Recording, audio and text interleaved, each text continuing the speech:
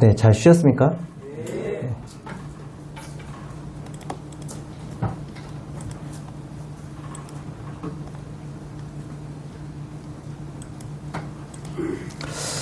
지난 시간 다소 무거운 이야기를 나누었는데 쉬는 시간 마음이 좀 어떠셨나요? 좋으셨나요? 쉬는 게 아니셨나요? 오늘 집회 제목이 무엇인지 아십니까? 이 앞에 플랜카드 한번 봐주시겠어요? 플랜카드에 저쪽 아니고 이쪽입니다. 뭐라고 쓰여 있습니까? 당신을 위한 최고의 선물. 최고의 선물이라고 하니까 혹시 명품 주는 건가?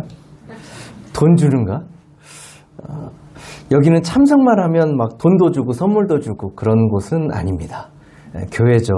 교회니까 하나님에 대해서 이야기를 하겠습니다. 요즘 사람들이 돈을 최고로 생각합니다. 만약 제가 엄청 유명한 투자 전문가였다면 이곳에 많은 사람들이 몰려왔을 것 같습니다. 그죠? 보통 선물이라고 하면 여성분들은 명품 가방, 보석 이런 것들이 생각나시고요. 남자들은 뭘까요? 돈이죠, 돈. 남자는 돈, 그렇죠? 그런데 제가 여러분들께 오늘 소개해드릴 선물은 이것과는 다른 선물입니다. 아주 가치 있는 선물이에요. 세상의 모든 물건은 시간이 지나면 어떻게 됩니까? 낡고 사라지게 됩니다. 아무리 비싼 명품 가방도, 여기는 명품 가방도 시간이 지나면 해지고 버려집니다. 아무리 많은 돈도 쓰여지고 없어지고 가치가 사라지게 돼요. 근데 아무리 순금이라도 이 세상과 함께 사라지게 되는 거예요. 그러나 오늘 제가 여러분들께 소개해드릴 이 선물은 영원한 것입니다. 죽음 이후에도 이 우주가 없어져도 사라진 후에도 결코 없어지지 않을 선물. 무엇보다도 돈으로 살 수 없는 선물입니다. 오늘 이 선물을 준비하신 분이 계십니다. 그분이 누구인지, 그리고 이 선물이 우리에게, 나에게 왜 최고의 선물인지 지금부터 한번 살펴보도록 하겠습니다. 근데 이 선물을 받으려면 한 가지가 필요해요. 먼저 마음 문을 열어야 됩니다. 아무리 귀한 선물이라도 받으려는 마음이 없으면 내 것이 될 수 있을까요? 없을까요? 없습니다. 그래서 먼저 내 생각, 내 선입견을 내려놓으시기 바랍니다. 성경 이사야 55장 6절과 7절에 우리 같이 한번 읽어볼까요? 시작! 너희는 여호와를 만날 만한 때에 찾으라. 가까이 계실 때에 그를 부르라. 악인은 그의 길을, 불의한 자는 그의 생각을 버리고 여호와께로 돌아오라. 모든 것은 때가 있습니다. 태어날 때가 있고요. 죽을 때가 있습니다. 올 때가 있으면 갈 때가 있죠. 하나님을 만날 수 있는 때가 있고 반대로 하나님을 만나지 못할 때가 있는 것입니다. 바로 오늘이 하나님을 만날 만한 때예요. 그렇게 말씀하고 있습니다. 바로 지금이 하나님을 만날 만한 때다. 그렇다면 어떻게 해야 하나님을 만날 수 있을까요? 이어지는 7절에 그 방법을 알려줍니다.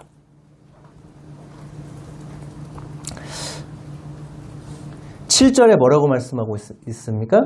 악인은 그의 길을, 불의한 자는 그의 생각을 어떻게 하라고요? 버리고. 생각을 버리는 것입니다. 이러면 뭐야? 생각하지 말라는 거야? 그 말이 아닙니다. 생각하지 말라는 얘기가 아니라 먼저 선입견을 내려놓으라는 얘기예요. 사람이 참 재밌는 게요. 한번 각인이 되면 잘 변하지 않아요. 사람이. 가게에 들어갈 때 문 손잡이가 있잖아요. 저는 습관적으로 밀고 들어갑니다. 근데 어떤 가게 문 들어가는데 쿵 하는 거예요. 이렇게. 왜 쿵 합니까? 옆에 보니까 당기세요 이렇게 써 있는 거예요. 그거 안 보고 그냥 무조건 미는 거예요, 먼저. 왜냐하면 저는 그렇게 돼 있으니까요. 그렇게 생각하고 있으니까. 그냥 문을 미는 거다 이렇게 먼저 생각하고 있으니까 무조건 미는 거예요. 옆에 써 있음에도 불구하고 그게 안 보이는 것입니다. 옆에 사람이 웃어요. 야, 여기 써 있잖아. 당기세요. 뭐 하는데 안 보이는 것입니다. 우리가 머리로 먼저 굳어져 있는 것들, 그거를 선입견, 고정관념이라고 합니다. 하나님이 어딨어? 그런 게 어딨어? 내 눈에 안 보여. 내 상식으로 그거 말이 안 돼. 이런 선입견을 가지고서는 하나님을 이해할 수가 없습니다. 왜냐하면 성경은 이렇게 말씀하고 있기 때문입니다. 이사야서 계속해서 55장 8절과 9절입니다. 한번 같이 한번 읽어볼까요? 시작. 이는 내 생각이 너희의 생각과 다르며 내 길은 너희의 길과 다름이니라. 여호와의 말씀이니라. 이는 하늘이 땅보다 높음같이 내 길은 너희의 길보다 높으며 내 생각은 너희의 생각보다 높음이니라. 하나님께서는 하나님의 생각과 사람의 생각이 어떻다고 말씀하고 계십니까? 다르다. 다르다고 말씀하세요. 얼마나 다르다고 말씀하고 계세요? 하늘이 땅보다 높음같이. 하늘과 땅만큼입니다. 사랑하는 연인이 있습니다. 사랑하는 연인이 있는데 여자가 남자친구한테 묻습니다. 나 얼마만큼 사랑해? 막 이러면 남자는 압박감을 느낍니다. 뭔가 말을 잘해야 돼. 말해서 말을 멋지게 해야 되는데 아무리 생각해도 이 말밖에 안 나와. 뭐라고 합니까? 하늘만큼 땅만큼 이렇게 합니다. 하늘만큼 땅만큼이라는 것은 무슨 말입니까? 끝이 있다는 거예요? 없다는 거예요? 없다는 거예요. 이것보다 더 크다는 게 없는 거예요. 그냥 하늘만큼 땅만큼 끝이 없다는 것입니다. 하나님의 생각과 우리의 생각이 딱 그만큼입니다. 어떻게 해요? 끝없이 다르다는 거예요. 그래서 내 머리로 이해되지 않는다고 해서 하나님을 인정하지 않으려는 그 선입견을 내려놓으시기 바랍니다. 그 선입견을 내려놓고 말씀을 들을 때 놀라운 일이 일어납니다. 하나님의 말씀이 마음속에 들어오게 됩니다. 그래서 그 말씀이 믿음을 만들어내는 거예요. 성경은 말합니다. 믿음은 어디에서 난다고요? 들음에서. 들음은 어디에서 난다고요? 그리스도의 말씀으로 말미암는다. 이렇게 성경에서 분명히 말하고 있어요. 오늘 이 시간 우리가 선입견을 내려놓고 말씀을 듣게 되면 하나님께서 여러분들의 마음에 믿음을 부어주실 것입니다. 하나님은 우리가 하나님의 마음을 알 수 있도록 말씀을 통해 알려주세요. 왜 말씀을 통해 알려주실까요? 우리가 하나님의 마음을 볼 수 있을까요?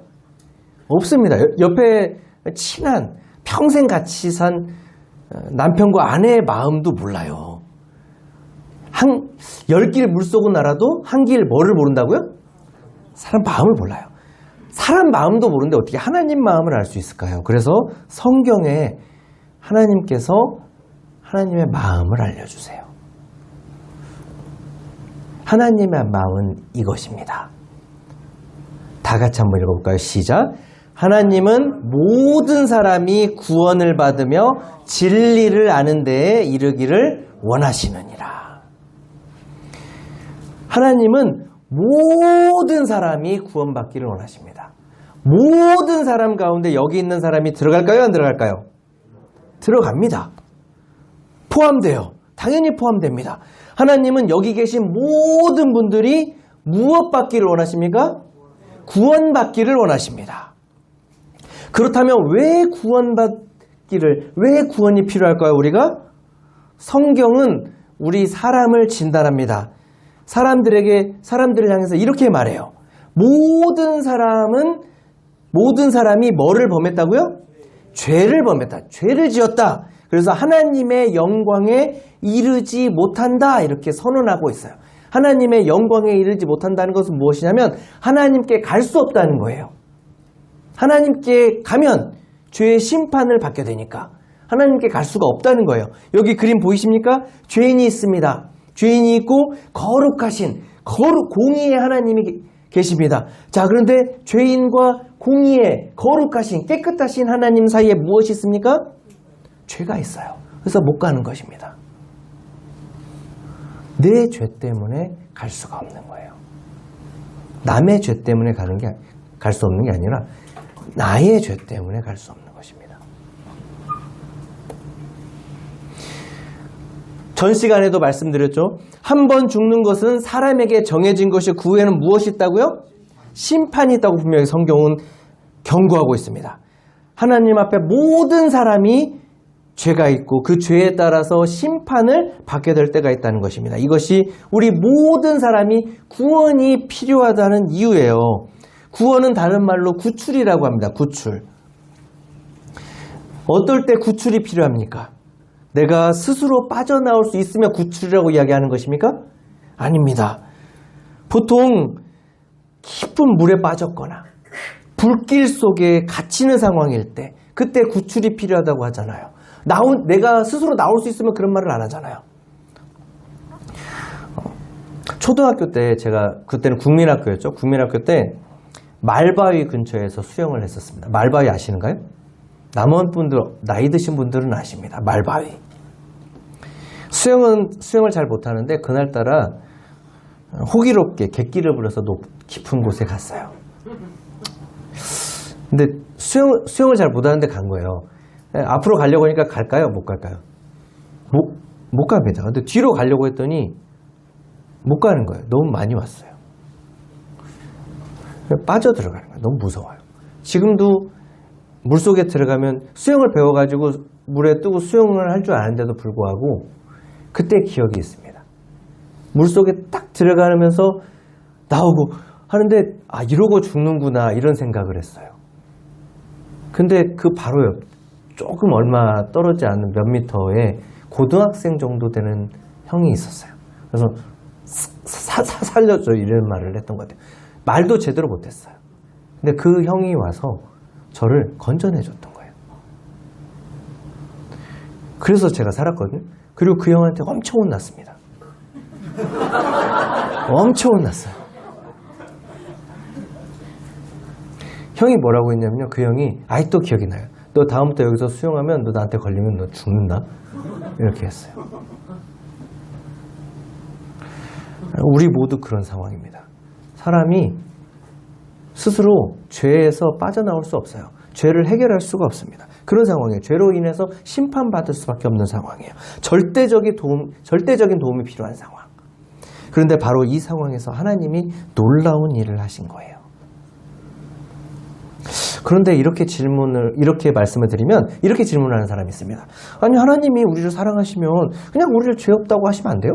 우리 죄 용서하면 되잖아요. 용서해 주면 되잖아요. 사랑의 하나님인데 막 이렇게 하면서 그건 제 생각이죠.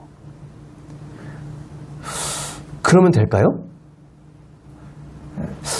우리 지역에서 가장 존경받는 판사가 있다고 생각해 보십시오. 평생에 단 한 번도 불의와 타협하지 않는 아주 정의로운 판사입니다. 사람들은 그 판사를 존경하고 있습니다. 그가 내리는 판결은 모두 다 수긍합니다. 아주 공의로운 정의로운 판결을 하니까요. 그런데 이 판사에게 눈에 넣어도 아프지 않을 외아들이 있었습니다. 근데 어느 날 이 외아들이 아주 끔찍한 범죄를 저질렀어요. 근데 하필이면 아버지의 재판장에 선 겁니다. 이 아버지의 마음은 어떨까요? 말로는 죽일 놈 이렇게 얘기를 하지만 아들을 살려주고 싶습니다. 그러나 판사로서 내 아들이니까 봐주겠다. 무죄! 이러면 그 판사는 이제 더 이상 정의로운 공의로운 판사가 아닐 것입니다. 하나님이 바로 그와 같습니다. 하나님의 마음이 정확히 이와 같은 거예요. 하나님은 우리를 너무 사랑하시기 때문에 우리가 심판받기를 원하지 않으십니다. 그러나 동시에 너무나 거룩하고 공의로우시기에 죄를 그냥 덮어두실 수가 없어요. 사랑하지만 죄가 있기에 심판해야 되고 심판하자니 너무나 사랑해서 용서해주고 싶은 이 딜레마. 그래서 하나님께서는 공의로운 방법으로 정의로운 방법으로 누구도 뭐라 할 수 없는 방법으로 이 죄 문제를 해결하기로 하셨습니다.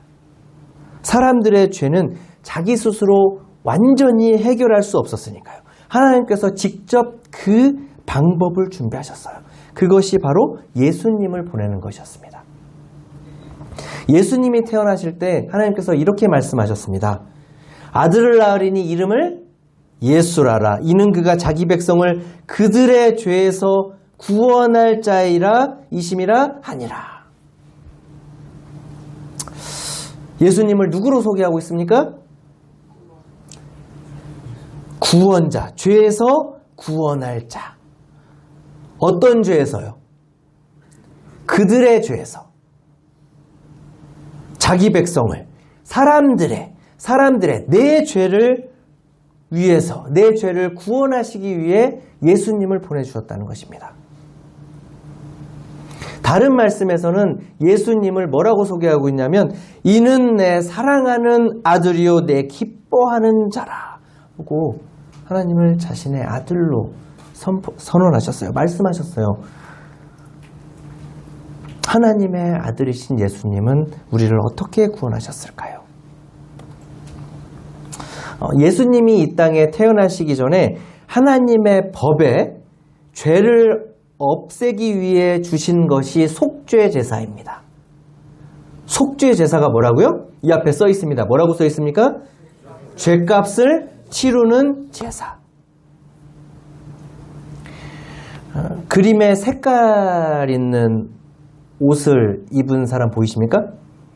네, 무엇을 끌고 오고 있습니까? 잘 안 보이시나요? 양입니다. 양. 왜 양을 끌고 올까요? 어떤 사람이 자기가 하나님께 죄를 지었다는 것을 알게 됐어요. 이제 그 사람이 하나님께 용서를 구하려고 합니다.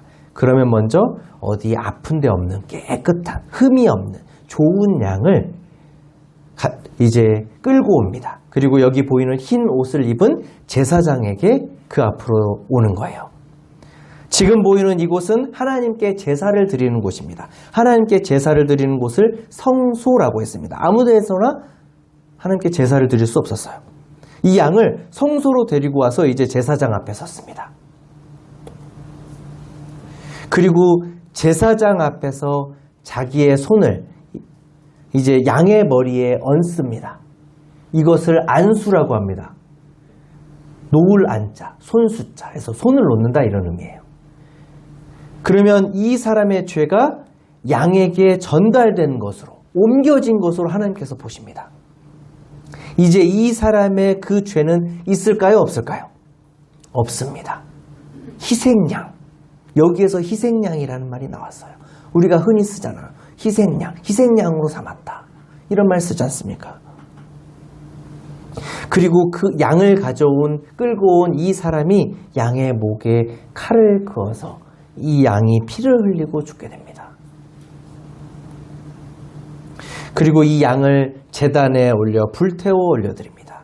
그걸 보시고 하나님께서 이걸 받아주시면서 이렇게 말씀하시는 거예요.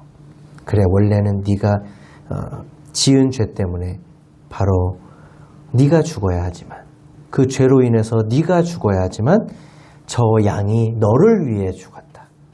너를 위해 대신 피를 흘리고 네 생명의 네 죄값을 치르고 대신 죽었던 거야. 그래서 그 양이 죽는 것을 통해서 네가 용서를 받게 됐단다. 이것이 바로 하나님이 만들어주신 죄값을 치르는 방법이었습니다. 죄의 값은 생명으로 치르는 거예요. 죄값이 이렇게 무거운 것입니다. 가벼운 게 아니에요. 하지만 이 방법에는 한계가 있었습니다. 죄를 한 번 지으면 제사 한 번 지내야 됩니다. 죄 두 번 지으면요? 또 제사를 지내야 됩니다. 죄를 지을 때마다 제사를 지내야 됩니다. 한 번, 또 한 번. 이러다가는 아무 일도 못하겠죠. 매일매일 평생 동안 끝도 없이 양을 데려와서 제사를 반복해야 했습니다. 끝도 없었어요. 너무 힘들었겠죠. 하나님은 이걸 보고 계셨습니다. 내 사랑하는 사람들이 매일 죄 때문에 이렇게 힘들어하는구나. 또 이것을 모르고 있는 사람들, 이 제사를 포기하는 사람들은 그냥 죽어가는구나. 그래서 하나님이 결심하셨습니다. 이제 단 한 번에 완벽하게 영원히 끝낼 방법을 생각해내셨습니다. 그러기 위해서 필요한 게 뭘까요? 무엇이 필요할까요? 죄를 위해서 무엇이 필요했습니까?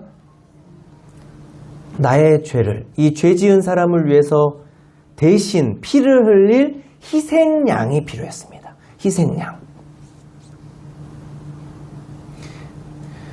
이제 무엇이 필요합니까? 모든 사람의 죄를 담당할 희생양이 필요했어요.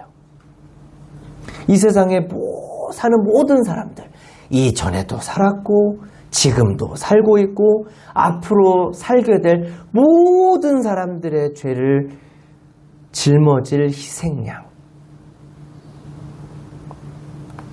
이렇게 셀 수 없는 많은 사람들의 죄를 짊어지려면 양으로 충분할까요?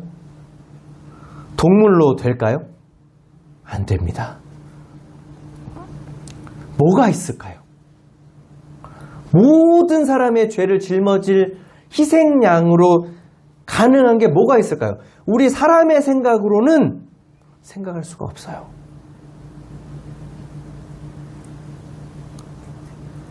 그래서 하나님께서는 영원한 생명을 가지신 자신의 아들을 희생양으로 삼으신 것입니다. 하나님의 아들이라고 하니까 2000년 전에 갑자기 생긴 분으로 갑자기 태어나게 되라 해서 그렇게 생긴 분으로 오해하신 분이 계세요. 그래서 성경은 알려주고 있어요. 예수님을 영원 전부터 계신 분이다. 태초 전부터. 그래서 하나님과 함께 이 땅을 창조하신 분이라고 예수님을 소개하고 있어요. 영원 전부터 하나님과 함께 계셨던 그 하나님께서 가장 사랑하는 자기의 그 하나밖에 없는 아들을 희생해서라도 살리고 싶은 게 바로 인간이었던 것입니다. 바로 여러분들이고 바로 저였던 것입니다. 나를 그렇게 사랑하셨던 거예요. 그게 하나님의 사랑입니다. 자신의 아들, 자신의 모든 것을 희생해서라도 사람들을 살리고자 하는 게 하나님의 마음이에요. 그 하나님의 마음을 너무나도 잘 알고 있었던 그 예수님께서 십자가를 향해서 걸어가셨어요. 스스로 걸어가셨습니다. 떠밀지 않으셨어요. 2000년 전에 골고다 언덕에 십자가가 서 있었습니다. 그 가운데 십자가에 예수님이 달리셨어요. 등에는 채찍질을 맞아서 살이 찢겨져 있었고 손과 발에는 못이 박혀져서 피투성이가 되어 있었습니다. 그리고 그 십자가 위에서 고통 속에서 예수 그리스도께서는 가쁜 숨을 쉬시면서 마지막 그 순간까지 사람들을 향해서 외치셨어요. 기도하셨습니다. 마지막 순간에 주님께서 기도하신 그 기도가 무엇이었냐면요. 자기를 욕하고 꾸짖고 막 욕하고 침뱉는 사람들을 향해서 기도하셨어요. 하나님, 저들을 용서해 주세요. 저들이 하는 거를 알지 못해서 그래요. 하나님, 저들을 용서해 주세요. 이런 기도를 드렸습니다. 그리고 나서 마지막에 돌아가실 때 뭐라고 외치셨냐면요. 온 힘을 다해서 외치셨습니다. 다 이루었다. 그것을 이렇게 소개하고 있습니다. 예수께서 신포도주를 받으신 후에 이르시되 다 이루었다 하시고 머리를 숙이시고 영원히 돌아가시니라. 다 이루었다. 이 말은 원어로 테텔레스타이라는 말인데요.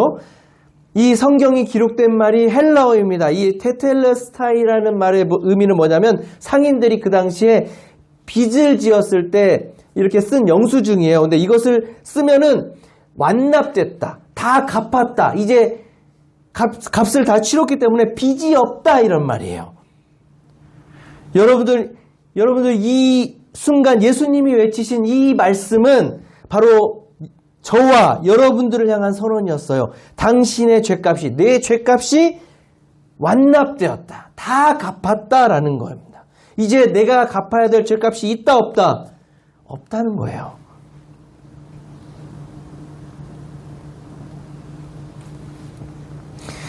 베드로전서 2장 24절에 말씀합니다. 우리 다 같이 한번 읽어볼까요? 시작. 친히 나무에 달려 그 몸으로 우리 죄를 담당하셨으니 이는 우리로 죄에 대하여 죽고 의에 대하여 살게 하려 하심이라. 저가 채찍에 맞음으로 너희는 나음을 얻었나니. 친히 나무에 달려 그 몸으로 우리 죄를 담당하신 분이 누구십니까? 예수님이십니다.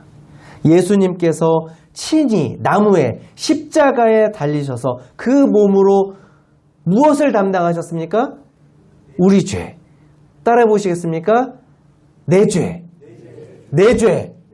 내 죄를 담당하셨습니다. 그렇다면 내 죄가 누구에게로 갔습니까? 예수님께로. 예수님이 희생양이 되셨습니다. 모든 사람들을 위한 희생양이 됐습니다. 그러면 나의 죄가 있을까요? 없을까요? 없습니다.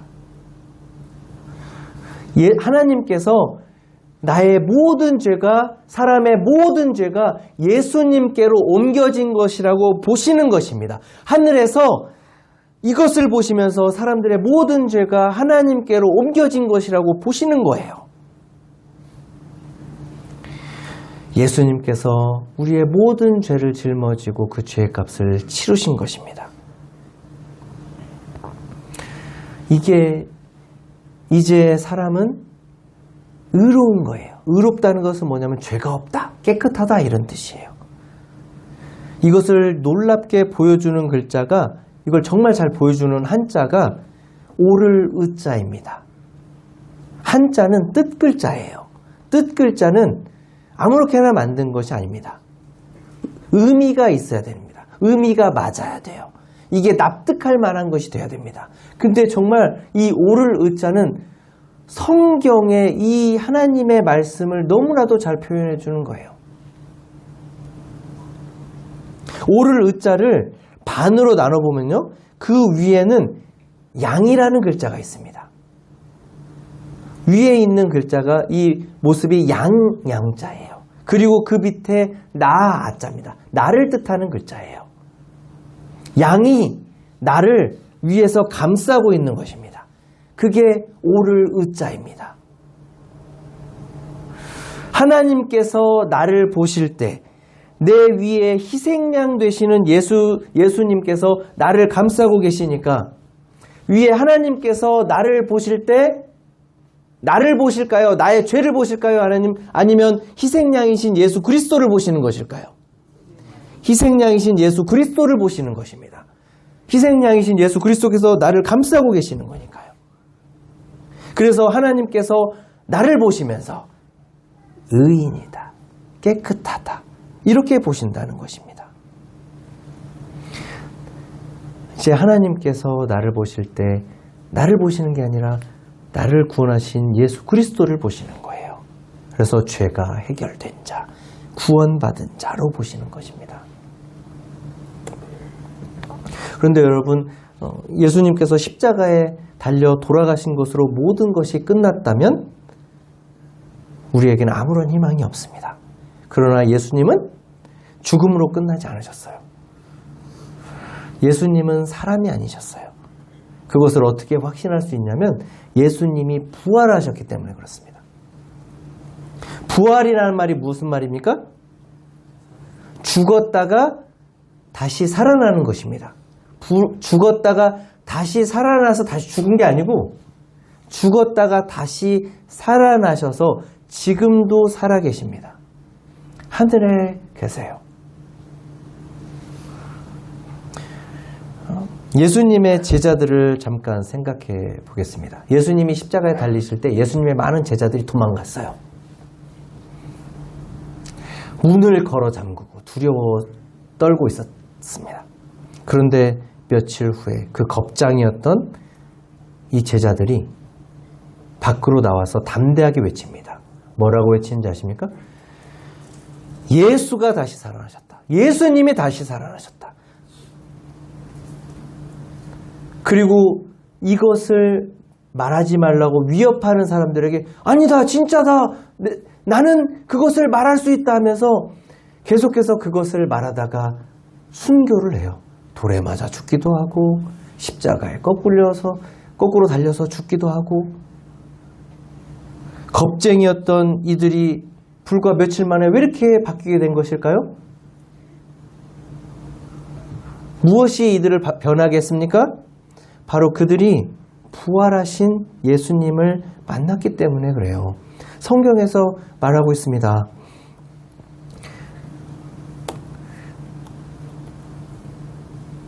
고린도전서 15장 말씀 제가 읽겠습니다. 내가 받은 것을 먼저 너희에게 전하였노니 이는 성경대로 그리스도께서 우리 죄를 위하여 죽으시고 장사 지낸 바 되었다가 성경대로 사흘 만에 다시 살아나시사 게바에게 보이시고 후에 12제자에게와 후에 500여 형제에게 일시에 보이셨나니 그 중에 지금까지 대다수는 살아있고 어떤 사람은 잠들었으며 그 후에 야고보에게 보이셨으며 그 후에 모든 사도에게와 맨 나중에 만삭되지 못하여 난 자 같은 내게도 보이셨느니라.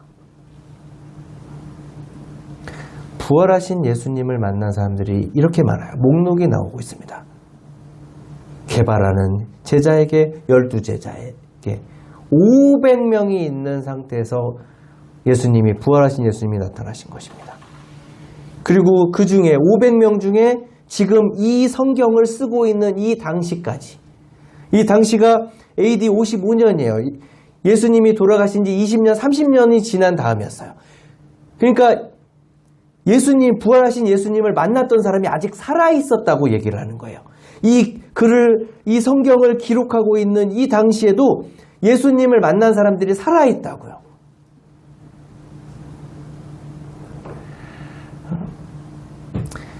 그리고 나서 이 제자들이 예수님의 못 박힌 손과 옆구리에 찔린 창자국도 만져봤어요. 그러면서 확신했어요. 아, 부활하셨구나.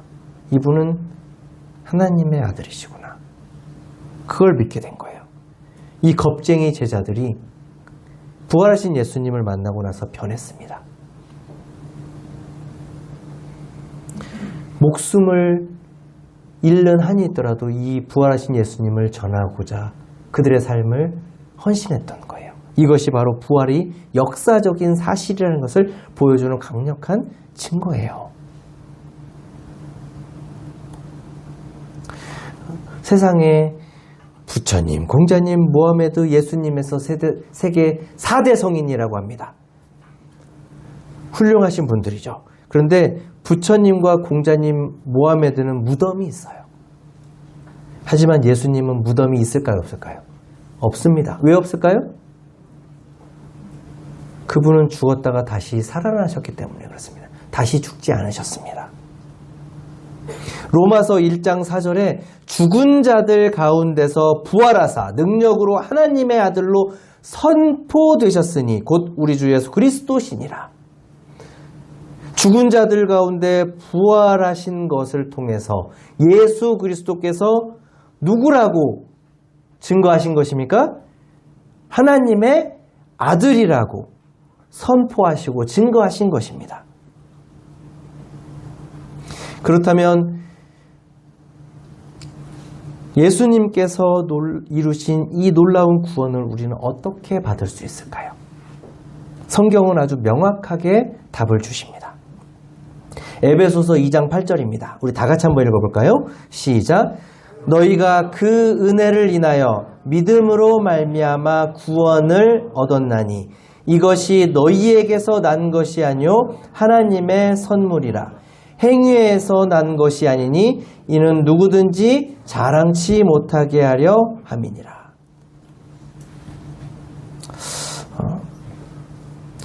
말씀에 그 은혜에 의하여 믿음으로 말미암아 구원을 받는다고 말씀하세요. 하나님이 예수 그리스도를 보내서 모든 사람들의 죄를 담당하게 하신 것, 그것이 은혜입니다. 그 은혜를 무엇으로 말미암아요? 믿음으로 말미암아 구원을 받는다고 말합니다. 믿음이 무엇입니까? 선물을 받는 것처럼 받는 것을 말해요. 그래서 구원은 하나님의 선물이라고 우리에게 알려주고 있습니다. 선물을 받을 때 어떻게 받나요? 네, 감사하면서 받는 것입니다. 그 선물을 나는 공짜로 받지만 준비한 사람은 값을 치르고 받은 거예요. 하나님께서 구원을 선물로 주십니다. 그런데 하나님은 이 선물을 주시기 위해 값을 치르셨어요. 정말 비싼 값을 치르셨습니다. 구원을 하나님의 선물이라고 얘기하지만 우리는 공짜로 받지만 하나님은 바로 독생자 예수 그리스도를 라는 그 정말 놀라운 값을 치르고 우리에게 이 구원을 선물로 주신 거예요. 이것이 은혜입니다. 이 은혜를 알고 감사하면서 받는 것이 구원을 선물로 받는 자의 태도예요. 그런데 그 받은 선물을 무시하고 나와는 상관없어 하면서 저쪽으로 한쪽으로 처박혀 놓는다면 이것은 선물을 받는 자의 태도일까요? 아닙니다. 하나님의 선물을 받았다면 그 선물에 대해서 감사해하며 받는 것이 선물을 주시는 분에 대한 태도예요. 바른 태도예요. 그리고 선물을 주시는 자에게 나아가야 되겠죠. 하나님의 선물, 이 구원을 공짜로 받는다고 해서 공짜니까 뭐 그냥 받아도 돼, 그게 아닙니다. 나는 공짜로 받지만 이건 공짜가 아니에요.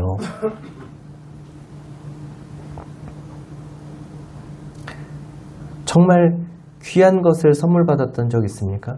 돈을 사랑하는 사람에게 돈 1억을 준다면 어떻겠습니까? 정말 가서 막 무릎 꿇고 막 너무 감사하다고 막 하지 않겠습니까? 정말 이게 너무나 필요해.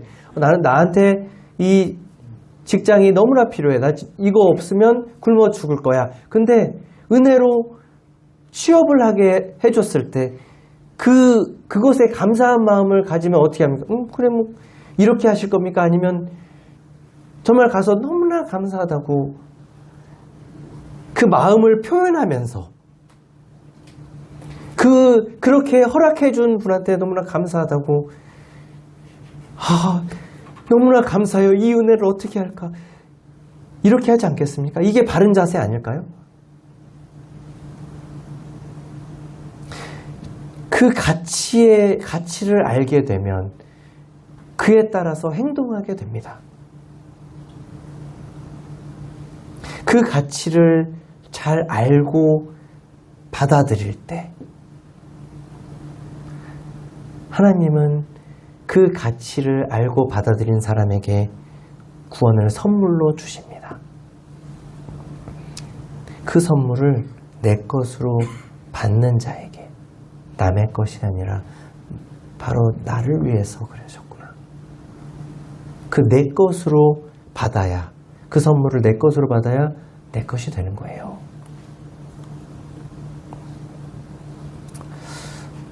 그렇다면 예수님을 믿고 구원받은 자에게 어떤 일이 일어날까요? 성경은 분명하게 답합니다. 같이 읽겠습니다. 시작. 내가 진실로 진실로 너희에게 이르노니 내 말을 듣고 또 나 보내신 이를 믿는 자는 영생을 얻었고 심판에 이르지 아니하나니 사망에서 생명으로 옮겼느니라. 믿는 자는, 무엇을 믿는 자는? 예수님께서 나의 모든 죄를 짊어지고 십자가에서 달려 돌아가셔서 내 죄를 다 담당하셨다는 것을 믿는 자는, 그래서 나의 죄가 있다 없다? 없다. 이것을 믿는 자는 영생을 얻지 않을까? 따라하시기 바랍니다. 따라해 주시기 바랍니다. 얻었다. 얻었다. 네, 그러면 죽음 이후에 이제 심판이 있을까요? 없을까요? 사망에서 생명으로 옮겼습니다. 이제 심판이 있을까요? 없을까요? 없습니다. 영원한 생명을 얻게 된다고 했어요. 한 번 죽는 것은 사람에게 정해진 것이요. 그 후에는 심판이 있다고 했는데 그 후에 심판이 있다고요? 없다고요? 없다고요. 예수님을 믿는 그 순간 우리의 최종 목적지가 영원한 심판에서 영원한 생명으로 확정되었다는 것입니다. 죽음 이후에 심판을 받지 않는다는 확실한 말씀을 우리에게 주시는 거예요. 오늘 여러분들에게 하나님의 선물에 대해 소개해드렸습니다. 선물을 받으면 내 것이 돼요. 아이들에게 선물을 줍니다. 저희 집에 아이들이 넷이니까요. 선물 하나 들고 오면은 어떻게 될까요? 서로 싸우긴 하지만 받은 자가 임자가 됩니다. 4개 갖고 오면 되는데 또 어떨 때 보면 1개만 갖고 올 때가 있어요. 받은 자가 자기 것이 되는 거예요. 구원은 열려 있습니다. 하나님의 선물은 모두에게 열려 있어요. 근데 그것을 받은 자만 구원받게 되는 거예요. 오늘 이 자리에서 여기 들으신 모든 분들 그냥 좋은 이야기로 끝나지 않길 바랍니다. 오늘 이 자리가 여러분들에게 마지막 기회가 될 수도 있습니다. 내일 아침에 여기 못 오실 분도 계세요. 근데 여러분 오늘 이 자리에 오신 것은 우연이 아니에요. 하나님이 바로 여러분들을 이 자리로 이끄신 것입니다. 기회를 주시는 거예요. 부르신 것입니다. 하나님을 만날 만한 때라고 여러분들을 부르신 거예요. 지금 이 순간 이 선물을 여러분 받으시겠습니까? 받으시는 방법은 단순합니다. 마음으로 믿고 입으로 고백하는 거예요. 네, 받겠습니다. 감사합니다. 말씀 읽겠습니다. 같이 읽겠습니다. 시작. 네가 만일 내 입으로 예수를 주로 시인하며 또 하나님께서 그를 죽은 자 가운데서 살리신 것을 내 마음에 믿으면 구원을 받으리라. 내가 만일 내 입으로 예수를 주로 시인하며 또 하나님께서 그를 죽은 자 가운데서 살리신 것을 내 마음에 믿으면 구원을 받으리라. 십자가에서 나의 죄를 담당하신 이 예수님을 믿고 내 하나님으로, 내 주인으로 인정하는 것입니다. 내일은 구원받은 자가 누리는 축복에 대해서 말씀드리도록 하겠습니다. 꼭 오셔서 축복을 누리시는 분들이 되시길 바랍니다. 이상으로 말씀을 마치도록 하겠습니다. 기도하겠습니다.